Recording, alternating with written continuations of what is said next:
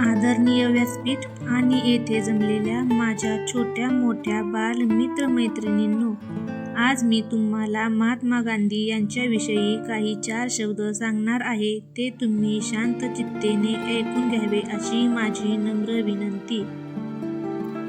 जीवन जगले देशासाठी, देशच होता त्यांचा प्राण.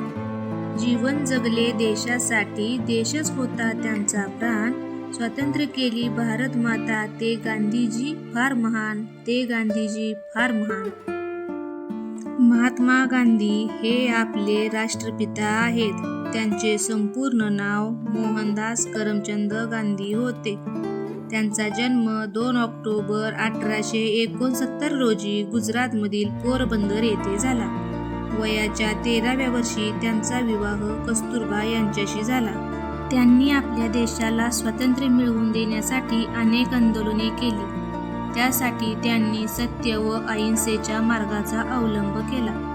त्यांच्या वडिलांचे नाव करमचंद आणि आईचे नाव पुतळाबाई असे होते. 30 जानेवारी 1948 रोजी त्यांचे दुर्दैवी निधन झाले. धन्यवाद.